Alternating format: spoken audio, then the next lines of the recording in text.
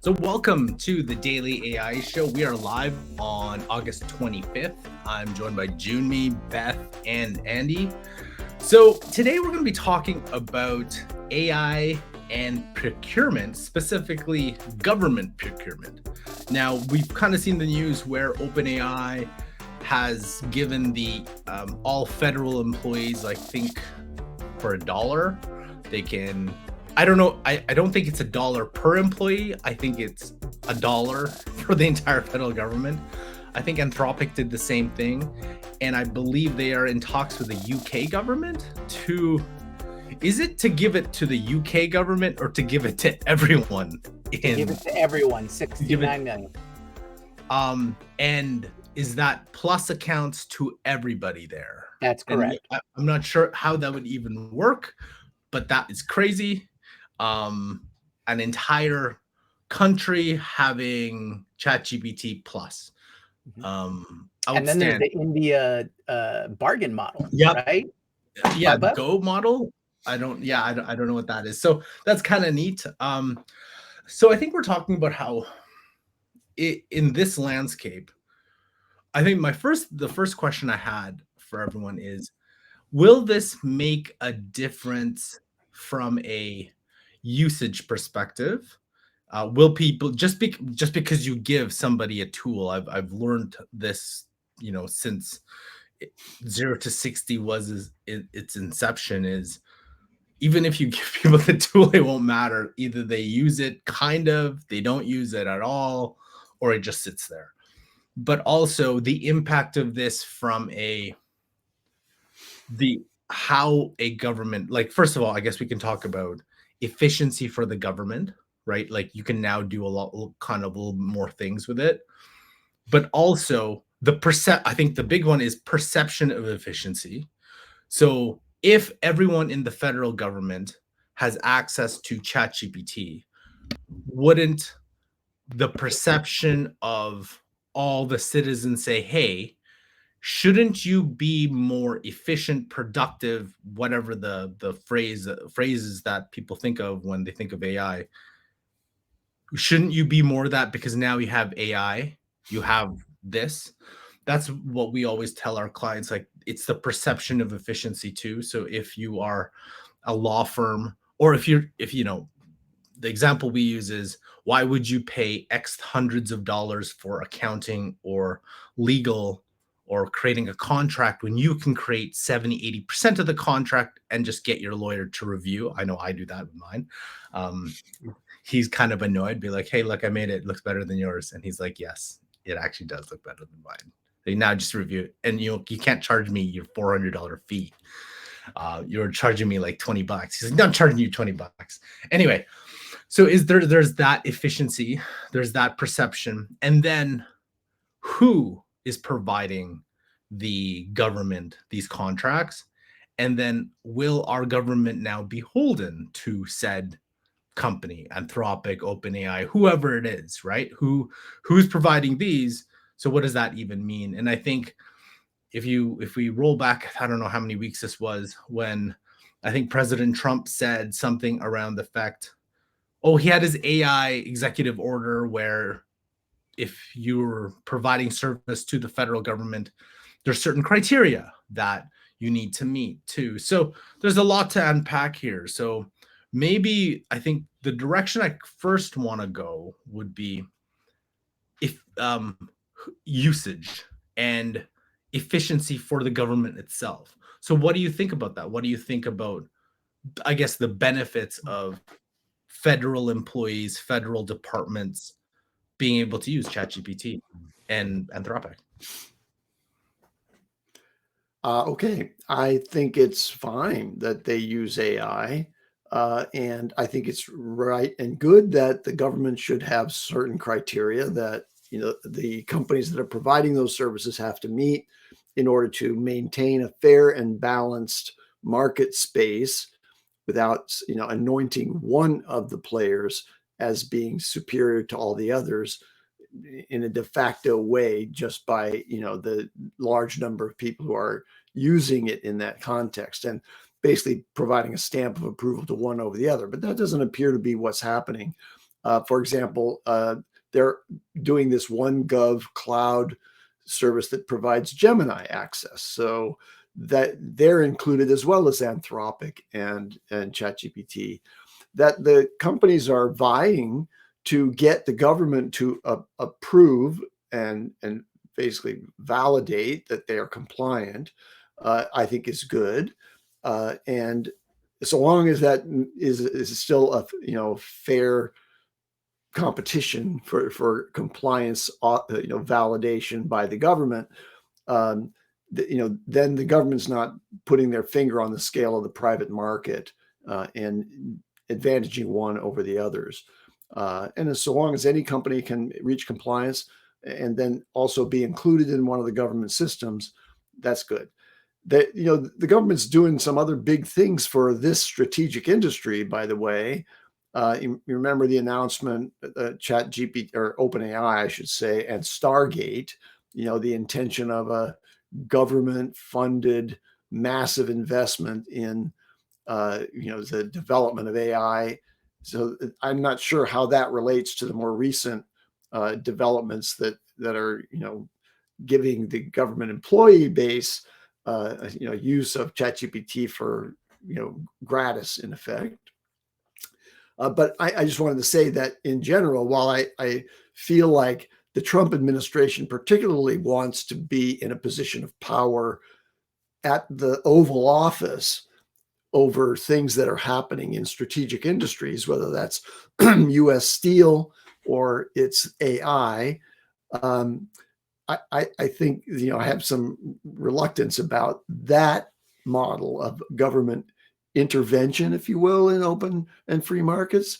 But in general, I think that it is the province of the U.S. government to make sure that strategic industries, ones which have a material impact on our national security and so on, and AI certainly is that, they should have a place at the table in this way. And I fall short on just the question of whether they should actually take a compensated equity stake in those companies that they approve. And so anyway, it's a complex situation that's troubling to me only, I think, because of the possibilities of grift in the U.S. administration that didn't seem to be preying on my mind in previous administrations. I think though one thing in terms of like, I think we kind of need to look at it in maybe not just this administration, but I mean, like, in general, whichever government is inside. I think this is obviously a much longer term than the shelf life of this administration, the next administration, and how pervasive it goes into the actual government systems. Like, how will it become reliant? Essentially, that's my thinking. There is like, if you're starting to tie all the mind you, some of the government systems are super antiquated. It's very, very, very difficult to connect outside of using ChatGPT as like a Google or whatever. The real power starts when you start using connectors, when you start using agents, when you start using all the different pieces. But then for productivity to happen, you need to connect it to whatever government system you have on, right? And it's not like ChatGPT. Mind you, if Anthropic does the same thing, think about, like, this is where I kind of wanted to go into the use cases. What can governments do? Because the most funniest thing is enable Claude code across the entire US Postal Service, right? Thinking about that. And could it be more efficient now with Claude code having to access like, I don't know. I just thought that'd be an interesting, how would that even work? And who would be leading the charge? And do you have enough literacy and understanding in federal government by federal government employees to be able to deploy it in that manner? I'm just praying I'm just happy for you that it wasn't Microsoft who had that deal. Then you'd have Copilot, which I was like, you're not going to see any improvements anyways. Piece of crap. So, right. I think you touched upon an interesting point. Is what is this actually going to look like, right? Who's going to be your change agents or your transformation agents and things like that? What is that going to? Who's going to come in and find where the efficiencies are, right? The individual departments and agencies don't know, right? And so there are a few organizations that the government already has relationships with, such as like Accenture, right? And that is probably an opportunity for there's probably an RFP that's already dropped that's worth $2 to $5 billion that says we need AI transformation within department or agency XYZ. And you need to lay it out. What's the contract going to be? And it'll be those organizations, and perhaps even the implementation arm or the enterprise arm of the foundational AI companies that has a more direct effect of how those models are going to be implemented within the system. And I think that's the section that we kind of have to pay attention to see what they're trying to accomplish. This could be a huge data sharing or data gathering position in which if you tie in these foundational models, there's going to be a special enterprise instance in which the government information, aka everybody's information, is going to be put into that system, albeit they'll say it's secure, point to point, all those kinds of stuff. But it does beg the question of how much access, right? And we've already seen what Doge has done to the various departments and agencies, and that didn't go over too well. So this might be a better systematic, I shouldn't say better, but a more efficient systematic process of doing that. So I'm kind of really interested in seeing how the specific implementation plans are going to go through. Because like you said, the connectors, connecting it to outside systems, where is that information and data going to be flying around? And it sounds like a huge headache, but that means you need a larger organization who can put the people power behind making it work, if it's planned to work. Of course, it could just be one of those projects where they just want to funnel money into, and it'll take 50 years to accomplish. I know of a highway that took 50 years to build in my home state. Just saying. Well, I think from a government perspective, as someone who's worked for a federal and a municipal government early in my career, one of the things it was, and sorry for some people, I was actually on a principal side, really, I was actually supportive of some of the work that Doge was doing, because I know inside the fact, and I can't say what for the US government, but I know for Canadian, federal, provincial, you literally saw inefficiency. You saw it. You're like, you gotta be kidding. Why does it take this long to do this? Your highway. Why do we need this? Why are so many people working on this one thing, which, like, we all agree could probably be done by two people? These are the things that you're like, why? And those are but when we talk about AI into the federal government, this is what I wonder, because we have a municipal government client, and when we talked about the 95% pilot failure, and even if there's problems with that report, that wouldn't even, for the governments to do pilots like that, it's even more stringent, more slow, highly risk averse, highly protective culture.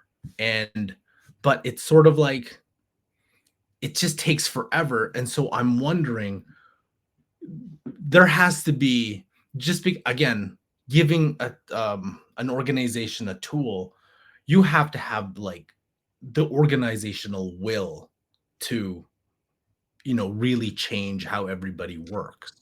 And Absolutely.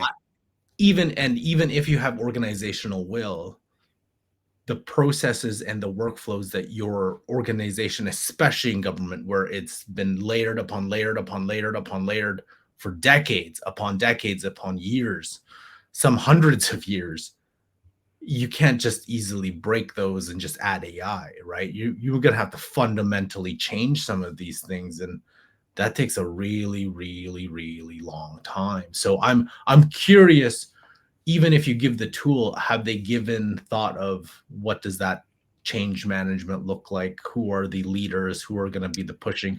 Are you going to try to ram something through like a Doge, but like it's not going to work because that's not how government works? And it takes, like, somebody said to me once, or no, I was listening to a podcast and how saying one of the few presidents who got how federal government actually works, who, yeah, you campaign and you say a lot of things, but it's like you can't just, Doge is an example. You can't just ram something and force a change, because the government, the cliche is it moves like a Titanic. It's so slow. Like, Right. it takes years or a president's 2 terms to get something eventually done. So it's actually at the end of your term when you'll see the outputs, not within months, not within 2 years, not even within your full term. That's how long it takes.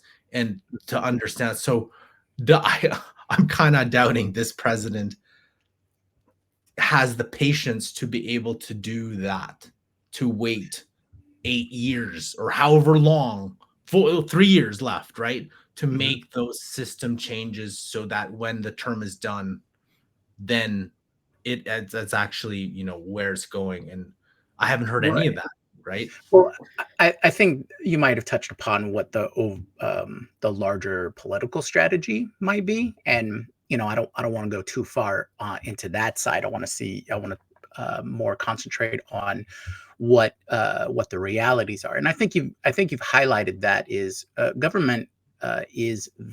Especially the U.S. government, I think, is the epitome, the example in the dictionary of a monolithic organization, right? Presidents may come and go, but the institutions stay, right?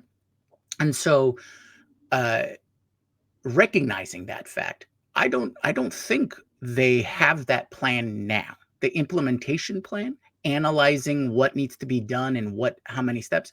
No, they, like I said, you got to bring in the change agents who are then going to make your plan. And you're right. I think that plan will take probably a decade to see real results. Do I think there will be highlighted wins? Absolutely. It's like, oh, we've got AI in there now. Cool, win. We've cleaned up a percentage of inefficiencies, or we've made X, Y, or Z more efficient. Great, but how will that trickle down to the citizens? I don't think we'll see that for a while.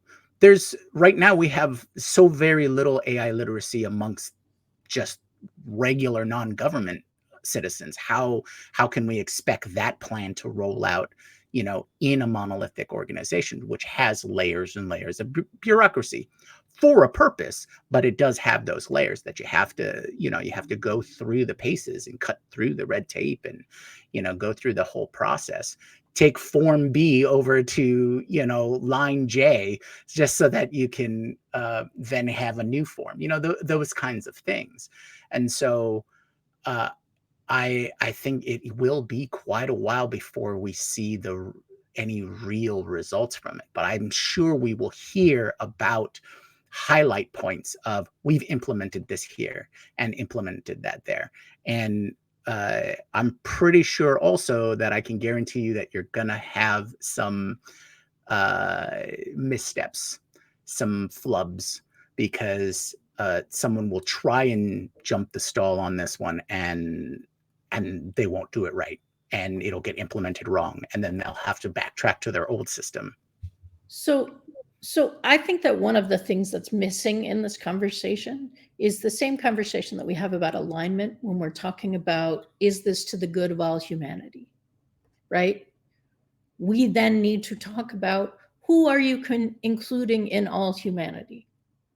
What percentage of the people is all, right? Because it's not going to be the good to all. In this, we're talking about the government and what the government is doing. And the government does not agree on its purpose or goal. That's been true for a while. Very, very true with the current administration, because I think we are seeing the results. I think they think they're being very efficient. And very efficient may set back cancer research for a decade or 5 years, because the way research works, you can't just like take a couple months off because you lost your funding and then come back and have it pick up again. Like, I think that what is happening is potentially very efficient for what their goal is. I don't think you can have a conversation about whether it's going to make it more efficient or less efficient without understanding what the goal is and how quickly that can happen. Right. That conversation, I don't know if we want to go in as deep as I think that conversation is going to go in the scope of this show, but I agree. Well, I think recognizing what the overall intention is going to definitely guide what kind of results that we're going for. So, for example, I live outside of Washington, D.C., lots of people around me. There was a conversation between Doge, between Elon and one of the people who was involved in the translation core for the State Department. And there was a conversation about, do you know that you can have ChatGPT translate? Like, we don't need all these people. We can be much more efficient. And that's a misunderstanding of the relationship between translators in high-level communications from people who don't necessarily trust each other, but have this long-term, their translators have a long-term relationship with each other. That kind of stuff, like, is not more efficient, but it seems more efficient. Those kinds of things are yes, Jimmy, I'm also talking about all the other stuff, but this is like a pretty basic one, just not completely understanding all of the pieces that go into something that works, but looks like it could be made more efficient in a way that makes it not work as well, which is counter to efficiency. So I want to interject there just a little bit in terms of, I want to kind of look, this has always been the, I guess, where the clashes happen. And it's always been fascinated about this, because it happens in Canada as well, in terms of like, when people say, oh, you can just do this, and you're like, but no one understands the role of whoever, right? The person, the group, the team. On the other hand, too, though, it's like, but you can say that for every single role in every single department. Like, you can say, here's the justification why this team, why this thing is necessary. You can keep justifying it. I think when I talk about organization, and this is political will, what can you say no to? I think that's the big thing. Now, we have the same thing up here where our prime minister is saying, hey, we're going to actually, if you look, like, the plan is to reduce the federal government budget, I think by percentage wise over the next 3 years, 3 years, whatever percentage. Now that they didn't say how they're going to do it, but the immediate, most media is like, oh, you're going to cut the federal government. There's no other way you do it. There's lots of different ways. Like, the government's so big, there's different ways you can cut all those things. But yes, job things there will be roles that will be lost. It's just, that's, if you're gonna decrease the budget that much, there will be roles lost. But the question I'm very curious to be here is, and forget the federal government, we're also talking about the private sector too, right? You're like, okay, which roles are going to be affected? Now, mind you, Jimmy, you're right. This will take forever. Like, in terms of government rollout, you will not see the speed of this in the private sector, and it's already slow in the private sector. So double that for the federal government. But eventually, but you just said the thing that matters, right? If you're vague enough, we're going to cut 3%. We're not going to tell you what it is. We're just like, everybody's like 3%. Yes, we're all in a room in agreement. Yeah. As soon as we start to get more specific, we're insides going, but no. Yeah. And I think that's the thing is, and that's what I've always thought about a government. It's like, which priorities do you whatever you campaigned on, whatever, that's my priorities.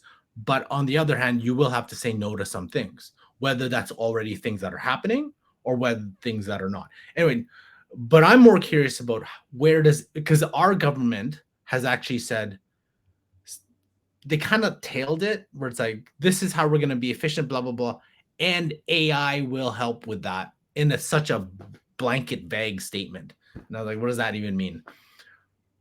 And then I'm going to go back to my experience knowing, hey, there are some things, tasks, lots of really, really repetitive Form J to Form X and your whatever that could be automated with AI. No, not even a question. Even basic custom GPTs, basic prompting will take care of those tasks. So I'm curious to see how that organization, what does that even, like, what does an organization look like, let's say 20 years from now? Probably not, probably longer for federal government. What does that start to look like? Will the roles that did a lot of those tasks, will they not exist because of attrition? And then will new roles exist because of that effect, that now, hey, you can deploy these resources, these people to do something completely different in the federal government scene, which sometimes the government actually is not, it's not in a bad place where they can see all that stuff and then they can add those roles after the fact when it's a little bit more established, rather than kind of bleeding edge and no one knows what the heck's going on, right? So curious to see, because that's what our government has, that in one of the lines. They signed an MOU with Cohere a couple days ago. I don't know what a memorandum, like, I don't know what that even means. Like, that could mean anything, specifically with Cohere, Canadian company, obviously. So I'm just curious, like, what does that look from a government perspective and all the vendors and stuff like that? Yeah, I think when it comes to bringing on the vendors, what they're going to potentially pitch, right? I hope that it is at the mundane level. I hope it's all the low-hanging fruit, because that will be the safest implementation and the easiest one to do, right? We're all in the same space where we've seen our own personal efficiencies because we don't have to do, we can automate those forms, Form J, Form X, those kinds of things. I think that is probably the quickest, the most impactful for efficiencies, but least impactful on the overall system in terms of citizen safety in this case, whether it be data or processes or things like that. And it's the easiest win for any administration or leadership or anything like that, is to take the quick wins, take over the mundane tasks, and take that low-hanging fruit. I think where a lot of things that we've saw from Doge and other big sweeping, initiatives is they broke a bunch of stuff. They fired so many people. And I forget who I was listening to, but the quote essentially was, we've had essentially the same amount of government workers since the 60s. And so if you're talking about efficiencies, how much has our population grown since the 60s, right? So that's efficiency. That's very efficient, is to have the same amount of people covering the needs of 10 times more people. So I think we have to look at it from a couple of different angles there. I think what everyone sees, without being within the systems themselves, without being government workers within those agencies, is it takes me, it's so much trouble for me. I have to wait in the DMV line for so long, right? And that's like the example everybody uses. I have to jump through so many hoops to get this thing done. And that's what the perception is from the citizens, from the public, right? So that, I think, is those kinds of things, that area, that's where the wins are. Because if you start sweeping with a giant eraser or a giant pen on much bigger, larger infrastructural type of things, you're going to break a lot of things. And when you break things, I'm not talking about bending things. I'm not talking about reshaping things. If you're breaking things in a monolithic institution, it may take decades to recover, or not recover at all. And go ahead, Beth. Is that we're talking about that as though that is a problem. And I am not sure that the folks who are talking about efficiency in government see something that gets broken for many, many years as non-efficient. I understand why we describe it as non-efficient, because we think the purpose of it was for it to work. Again, we have to talk about what the goal is. Well, and for me, the piece that I don't see in this conversation is, if you really want to be efficient at this, why aren't you leading with retraining? Because low-hanging fruit are low-hanging positions. Let's pull those into a more efficient retraining. Well, we did have one. We had AI.gov, and those plans in 2023 and 2022, I think it was instituted in 23 and 24, is they have the fellowship. They had the AI fellowship to bring in people who were just getting into the department. They had the core, the AI core. They have all of these organizations, and then all of that was stopped. So because that wasn't somebody's plan, that was somebody else's plan. So, I mean, if you want to identify why we aren't leading with that, it's because that has to be rebranded into someone else's idea. And this could be that, but I think when you're saying about the idea of, breaking things, that is a cadre of a shared idea, as opposed to us. When I say us, I mean the citizens, or in this case, the United States, the citizens of the United States, right? So it's the people of the people, all of that. That's the basic line, right? And so it is our perception and our guiding principles, not just a cadre of a group of people trying to make those changes. So, like I said, I don't want to go too deep into the the root causes of those issues, because we can just go back and back and back, layer by layer by layer, and we're going to find out, well, there is a root issue and a root solution. But in terms of the retraining or the upskilling, or from that angle, that might come in for when you bring in the organization that's going to fulfill your RFP, who's going to fulfill the, hey, we need to implement now. We made a big splash in the media about like selling, we have government access to all of these foundational models now. Now we need to know how to use it. And that's one thing that's not in the news. They never said at any point they know how to use it. They just have it available now. Because, and admittedly, the government process for vendors is a painful one. It's not just, oh, I'm a vendor, government can use me. You literally have to be on an approved list. And that takes time to get approved because you have to be vetted. And that's what OneGov and all of those things are supposed to do, is go through that entire process. So I think I agree that them not having a plan of implementation from A to Z on what they want to do is a problem, but they're just saying, here's step one. All right, now we're ready to think about step two, which is probably the most inefficient way of doing it, but that's the, that is the government process as it is right now. Andy, we haven't heard from you for a bit. Do you have any thoughts or Yeah, I do. perspectives on that?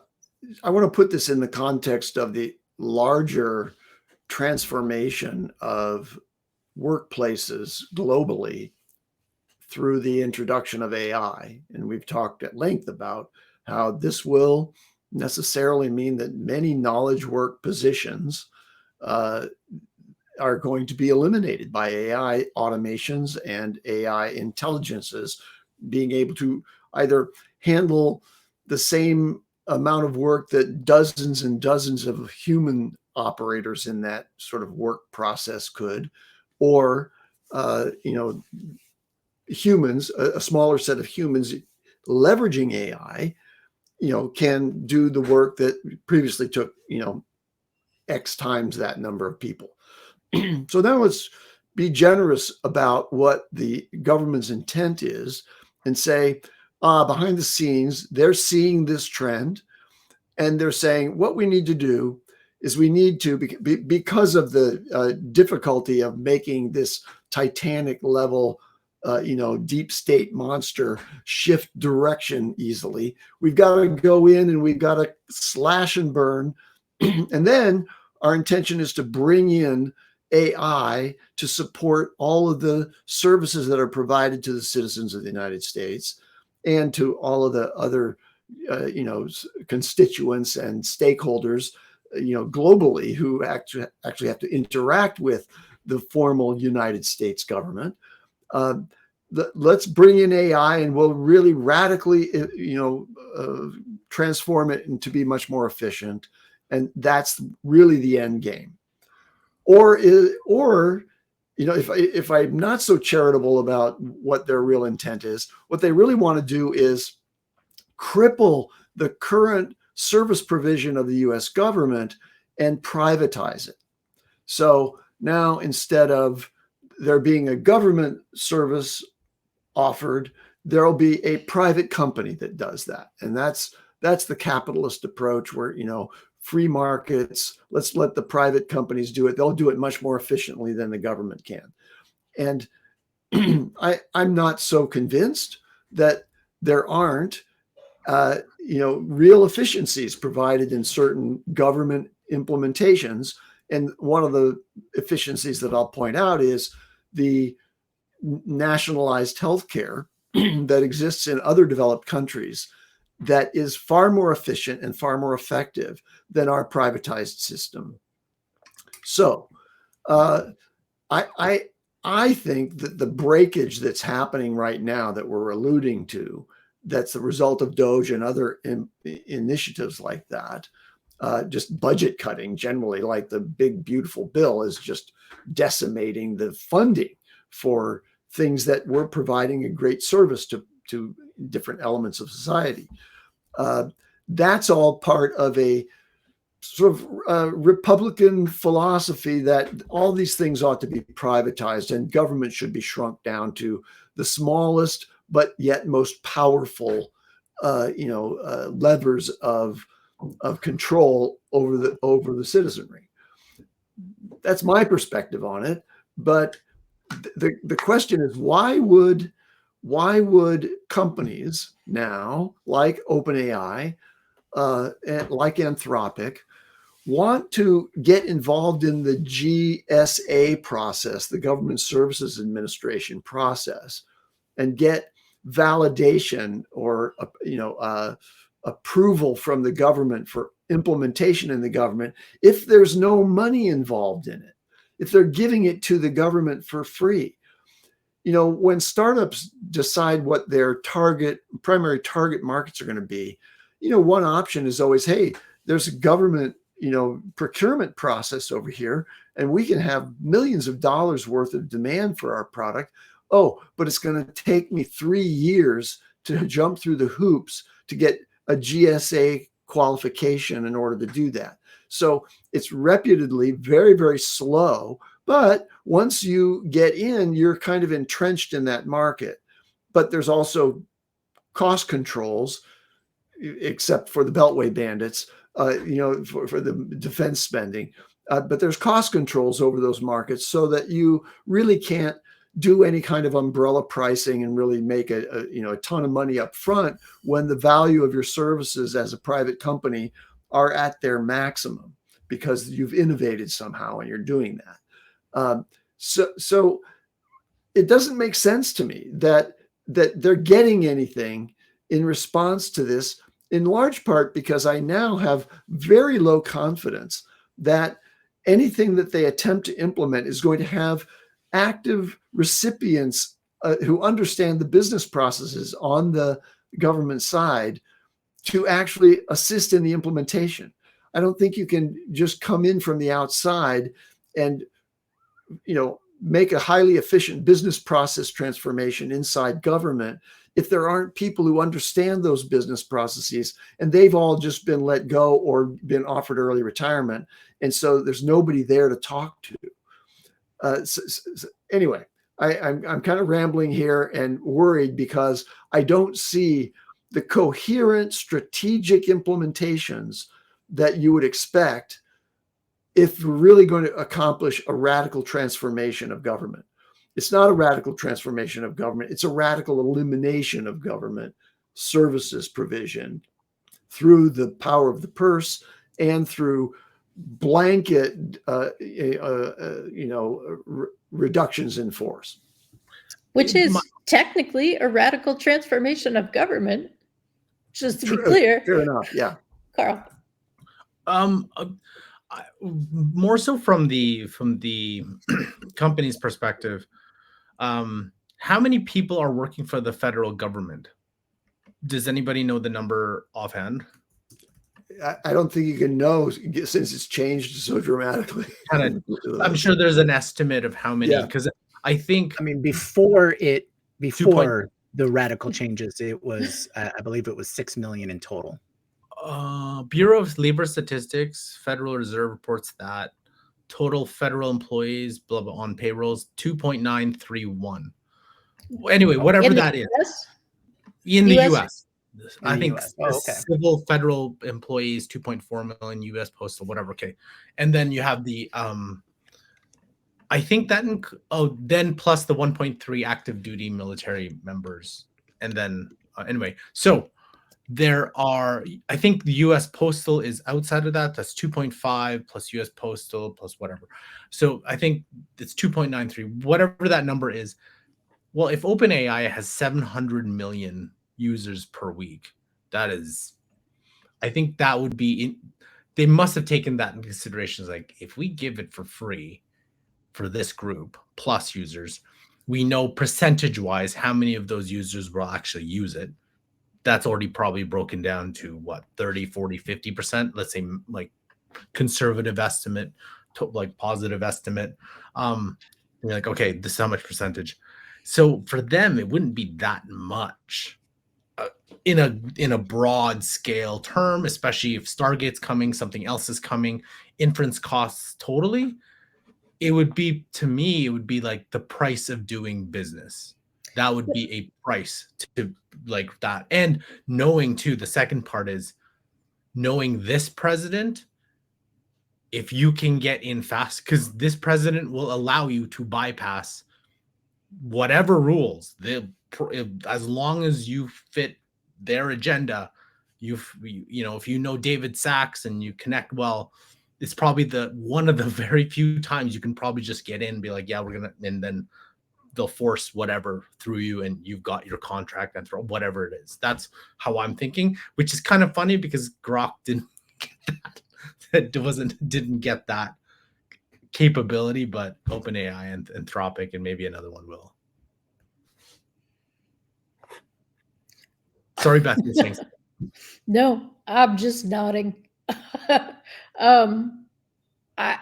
think that was early on. You could see that Sam was making a play to counter what was perceived as Elon's influence when Doge was first starting. And that might just have been a cynical, perhaps accurate read of personalities, and that may not have been a long-term partnership. So let's wait in the wings. But you're making the bet. Like, this is in itself a cynical bet, because if you taught everyone who uses ChatGPT how to use it well, and you taught the government, who now has access to it, the 2 point whatever million employees, you can't support that. Hell, they can't support it when they announce something, right? We all know it's going to break 4 hours after an announcement, and then everything will work again. So they're making a play to give access, but the assumption in that is that the usage statistics won't change very much. No, and they're probably, it's like the usage statistics of the general population of their users will probably fit the same percentage in the federal government, maybe a little lower too, right? But we've already seen it, right? So in any private sector, you get ChatGPT for enterprise or teams. I know you get like 1 hour of kind of training with, if you get ChatGPT enterprise, you actually get like, I think 2 1-hour sessions. That was the last time I remember. Maybe they put more, but they have 2 1-hour sessions to train whoever to kind of use it, but it's super high level on usage. I think the training that you kind of need is, how do you use it for your business purpose? And there's too many inside a company to do in a 1-hour session. It's like, it literally is nearly impossible to do that, and not everyone can attend, and you know, all that fun stuff. Something that came to my mind was the working theory that I have is that you can't get meaningful change in any organization unless you actually rebuild your processes and workflows to be AI centric, not just add AI into said flow. You can't have, 10 years of Form J to Form H and then suddenly be like, hey, we're going to add AI to do the Form J. It doesn't work like that, because there's too many dependencies on that. So are federal departments and teams and people willing to break their own workflows to add or rethink AI to be that? And that is where I'm pessimistic of private sector companies, let alone governments, who are like, hey, I want you to break how you've been doing it for 25 years, because you'll get even more productivity from AI. But it's just, there's too many. This is where it's like the layers of complexity, and this is why I'm like, this could be 3-4 administrations in before we get like true, because it just takes that long in government, where there's too many things. It's an institution, and there is no fear of a competitor or an AI native company coming, because there is no AI native government that's going to take over. Maybe not, but like for years, right? So like there's like no fear, no sense of urgency. It's like, hey, we're going to keep doing it the way we're going to do it. There's no, and so there's a reason that the Titanic was not able to turn faster, and that had to do with the fact that it would impact the structural integrity of the Titanic. Like it was a good idea. Would have broke anyway. Right? So yeah. And to a certain extent, government is similar in that if you just like, I mean, this incoming administration has literally done that. Like, okay, everything that was put into place before, I'm just going to take off the table. And now we're just going to do these things. If you have that back and forth every 4 years, you get less done than you get done now. You get fake government shutdowns. Oh, we're about to shut down. No, we just funded it. Right? That's what you get. Yeah. Well, I think that's part of why the civilian infrastructure existed, because that was actually your efficiency. They're not figureheads, but the people who need to like be saying things to make one faction or another faction happy, the underlings knew how things worked, right? This is how you move things through. And that's a level of honesty I'm not sure we're at. And I really don't see that. Like, I don't see this administration interested in like transparent honesty so that we can have a real accounting and real efficiency. I didn't see the last administration that way either, right? Like I think that's what I was saying. Is like you need someone who understands that how to kind of move something over years, and you have to have the kind of the patience to be able to do that and the will to do that, and not kind of adjust where the winds are turning this specific day. And it's very hard, right? You campaign, you're elected on whatever, and can you stay that course for 8 years, 4 years and you won't even see the benefit. Your party may not see the benefit, but do you have that conviction to move it to that place? So at the end, like it's always funny when I see like federal debt and the only one was like surplus was Clinton and everybody else was like this. And that was the thing, is like he kind of like, okay, he kind of knew or how to do it, but he didn't get the benefit wasn't there for him until kind of late in his term, like right after. So how can you, I don't know, in this climate, can you do that? It's very hard. I think in Canada, you kind of can, because funny enough, if you elect here a party with full majority, they're literally the prime minister it has way more power than the US president.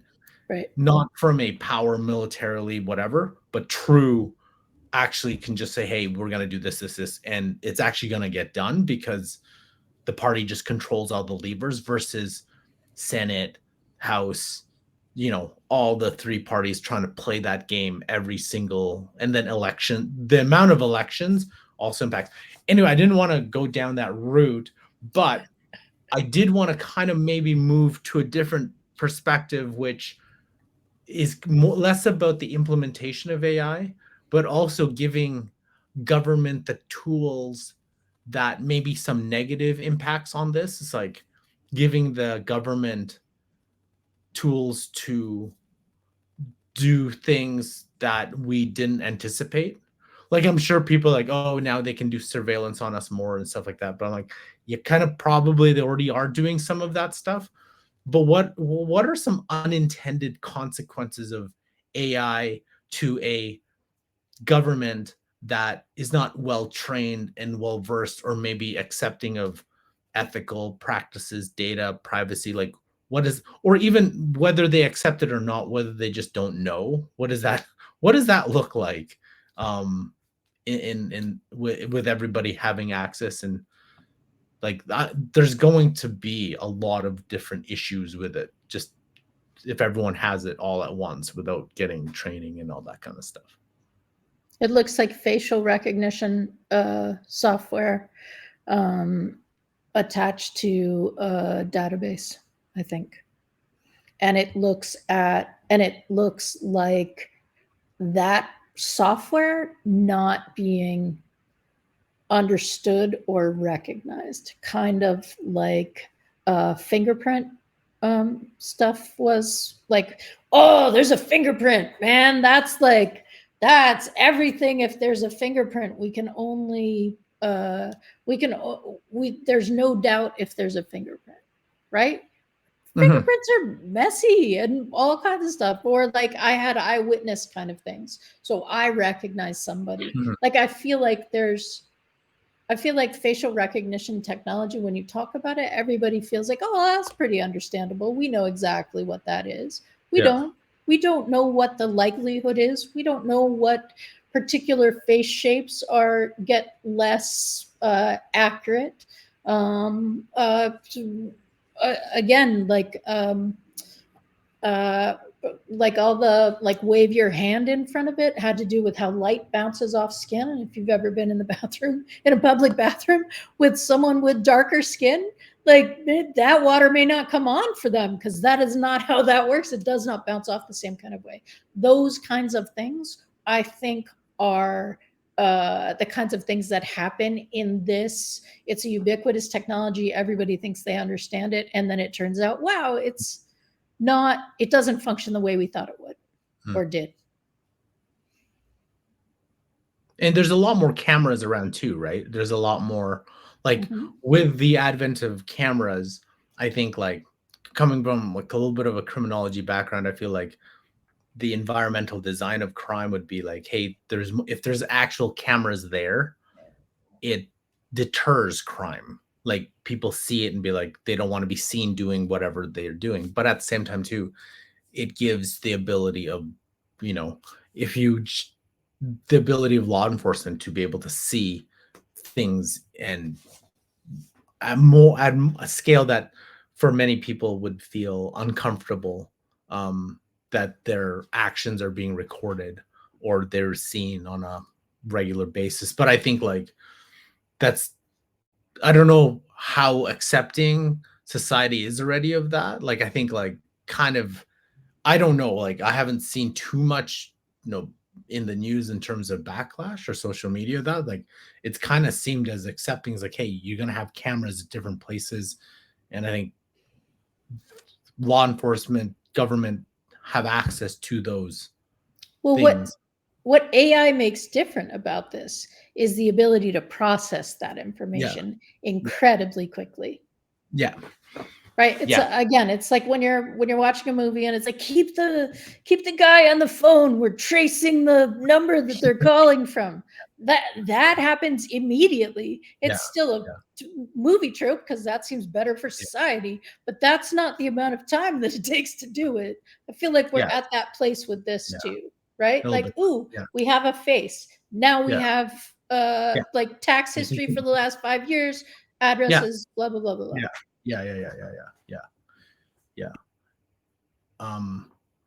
So another thing too. I think one more piece that I think I want to talk about here is, where do we think this is really messy? It's messy for private sector. It's messy for everyone using it because everything's moving. Where do you think, from a government procurement and government usage perspective, where are we going with this? Is it just super unknown? Does it, like, will we, because here in Canada, we actually have a minister of AI and innovation. I hope I'm not bungling that. We do have I think the equivalent would be a cabinet secretary level person in charge of AI. I'm not sure in the United States there's a cabinet level person, but I think David Sachs is the head of AI and crypto and blockchain, I think, and maybe something else. I don't know. But I guess what I'm saying is, I think there needs to be not just political will, but organizational force that needs to, for this thing to even get going. And again, just because everyone has those tools doesn't mean, people will use it and really benefit not just the government, but really the people who they serve, right? Because that's the whole point of doing this. Yes, I'm gonna haven't let solved. Andy. I'm gonna let Andy or Jumi say something about this. Andy, you're muted. Jumi. Okay, so Carl, reframe that question once more. It's more about like where do you think it's headed in terms of government? Like where do you think AI in government is headed? And you take it whatever angle you think you want to go Okay. with it. I think it's inevitable that AI will be integrated into government procedures and departments and agencies. That's going to happen. I think there is a certain level of awareness and control and rollout that needs to be maintained. Otherwise, you are going to run into problems like Beth had identified with like facial recognition and, oh, we have access to it now. Let's put it in everything. You know, the question has to be asked is, where is the mindset? Because a lot of times you get mired into your own day-to-day that you don't think about the larger picture, right? The functions of every government department, facility, agency is to serve a purpose for the benefit of its citizens. If you don't have that mindset and your mindset is, oh, I just need to get this work done. The papers on my desk are piling up. I've got too much in my inbox, not enough in my out. I'm up for review. If you're mired in those kinds of details, it's really easy to get distracted from, is my overall job, is my overall position or me in the gear of the great mechanism serving the basic mission of, is the department or the agency serving the citizenry? It's easy to just get lost in your own day-to-day. And so it's easy to go, oh, this tool is going to help me be more efficient and do my job easier if I just roll this out. That sounds like a great idea. Just do it. I have less work to do. But you lose the mindset of, oh, well, that rollout is going to make every citizen's life worse, right? Mm. And so it's that perspective and perception kind of thing. And I think that's why you need the leadership with the mindset of the mission to maintain. So while it might be a slower rollout, you're going to, if we have those steps in there and those people in there, then we can see benefit. And when I'm talking about benefit, it's always for the people, because the government is of the people, you know, the basic premise of the entire country. And so that's how I hope to see AI involved in government. Now, do I think there's going to be a lot of stumbles, a lot of missteps? Are we going to see, hey, this program was started in Department X and it totally just ruined the lives of everybody in this region? Oh, yeah, I think we're still going to see that. I still think there's going to be some sort of negative event surrounding AI sometime this year. You know, these things are inevitable to happen when you have that many people with that many moving parts. So ideally, while we complain that, you know, certain things are going to move slowly in government before we realize, I think there's a happy middle to where, as long as we keep an eye on each step and make sure that it aligns with the overall mission, then I think we will see a benefit come out of it. Otherwise, I think it'll just be utter chaos, and it'll be chaos that's just going to manifest. It's like a garbage fire or a tire fire. Those things burn for years and years and never seem to go out and send up toxic fumes into the atmosphere and poison the air.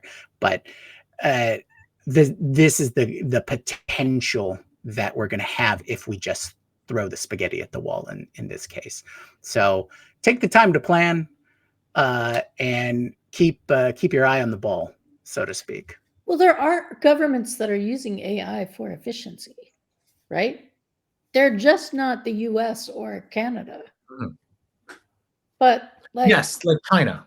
Like I think that was what I was listening to on I can't remember I think it was a big technology podcast, and I think this is we'll probably have another show on this in terms of productivity versus the one model to rule them all, where they're talking about how like the Chinese government was really focused on not the best models, but like how can you currently integrate all AI into things that you're doing today, like actually productize it to make sure that people actually use it for their day-to-day lives, whether it's working, whether it's in government.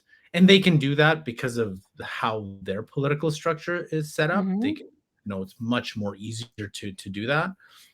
But then that's kind of where that's where I think like that's the focus, is to, just like EVs. It's like, hey, we want to we want to make China less dependent on oil, that hence we're going to go EV and so on. So I think there's governments like that. It's like, hey, that's what we want to do, is like, hey, make sure that not just get into people's hands, but actually them using it right. to do things. And I think that's kind of like how that is where I feel like we're going to get left a little behind, because that's the political will. I know in Canada and the United States, maybe not sure where that is in terms of not just the models, but like actual use. Well, that goes back to our show about East versus West adoption of AI, right? And collectivism versus individualism, and those concepts. You're really speaking towards they have a populace that is more trusting of institutions. They have a populace who sees this as an extension of their own capabilities, and they're far more accepting of it. Whereas here, like in North America, I guess we'll call it, or at least in the United States, we don't have that trust because of decades of mistrust and being treated poorly and continuing to be treated poorly. So, and that our goals or our needs aren't being met. So, yeah, when the billionaires say, "Hey, this is a good idea for you, you should do it," we're like, "Come on, guy, what are you really trying to sell me?" Right, and that's the basic attitude there. It absolutely is, and Carl had to run. And are there final words? I feel like we've had final words. Awesome. This Jude says this was a very cerebral show. It was, and it's an incredibly important show, because as we move forward, these questions become more and more about our daily lives. What is happening to people in general?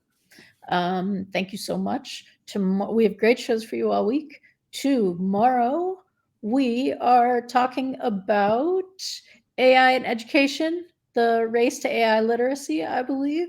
Wednesday, we got news. Andy, what are we doing on Thursday? You That's doing right. Yeah, on Thursday we are going to dig into the flurry of additional advances that Google has brought forward in their AI suite of tools and research, and just catch you up on the things that don't reach the headlines, but are quietly making Google a major player in the world of AI. And Friday, we'll tell you what Friday is about when we know what Friday is about. So have a great rest of your day, and hope to see you tomorrow. Thanks, everybody. Aloha.